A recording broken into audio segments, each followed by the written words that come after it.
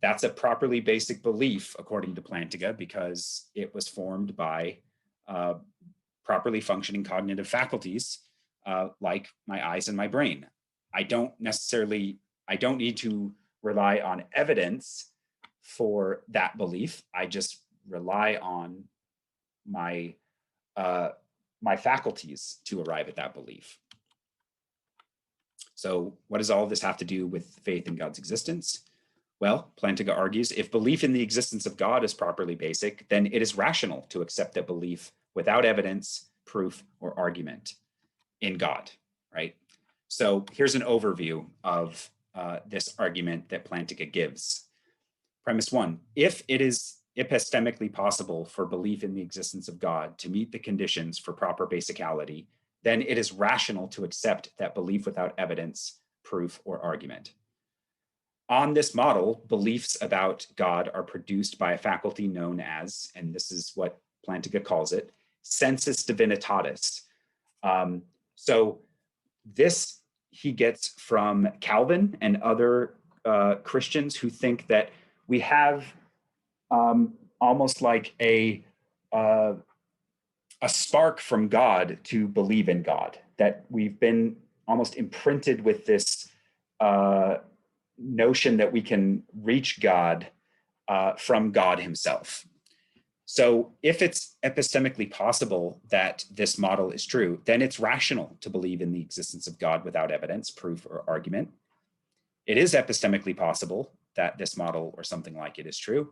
Therefore, it's rational to believe in the existence of God without evidence, proof, or argument. So this has been a very interesting argument that has influenced philosophy of religion for the last 40 or so years. Obviously, if you're an evidentialist, you're not going to accept this. So what are some objections to this kind of route to God? Well, one is Plantinga's argument rests on that distinction that I talked about right at the beginning between de jure and de facto questions.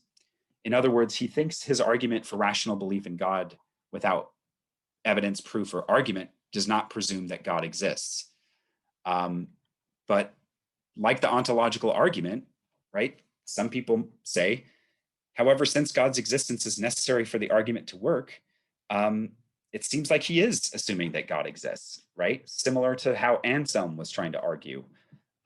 You assume God exists and then say that I've proved that God exists. But how is this any better than the moves that Anselm makes, right? That's one objection.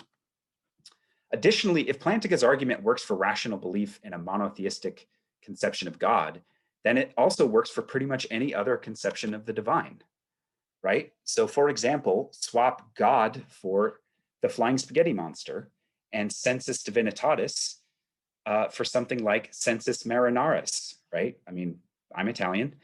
So like Ganilo with the perfect island example, I mean, it seems like we could just say that a belief in the flying spaghetti monster is properly basic, but that seems weird, right? Then it would be rational to believe in the existence of the flying spaghetti monster without evidence, proof, or argument. Interestingly, Plantinga responds to this similar to Anselm. He thinks, no, it doesn't work for flying spaghetti monsters because, God is of a different type. A lot of people don't find that very convincing, but nonetheless, a lot of people do think that Plantinga has come up with a new, interesting way to talk about belief in God as being rational, right? Without any appeal to argument or evidence. So let me leave it there. There's a lot of interesting questions that I'm sure we'll have to pass over, but this concludes the lecture on standard reasons for belief in God's existence.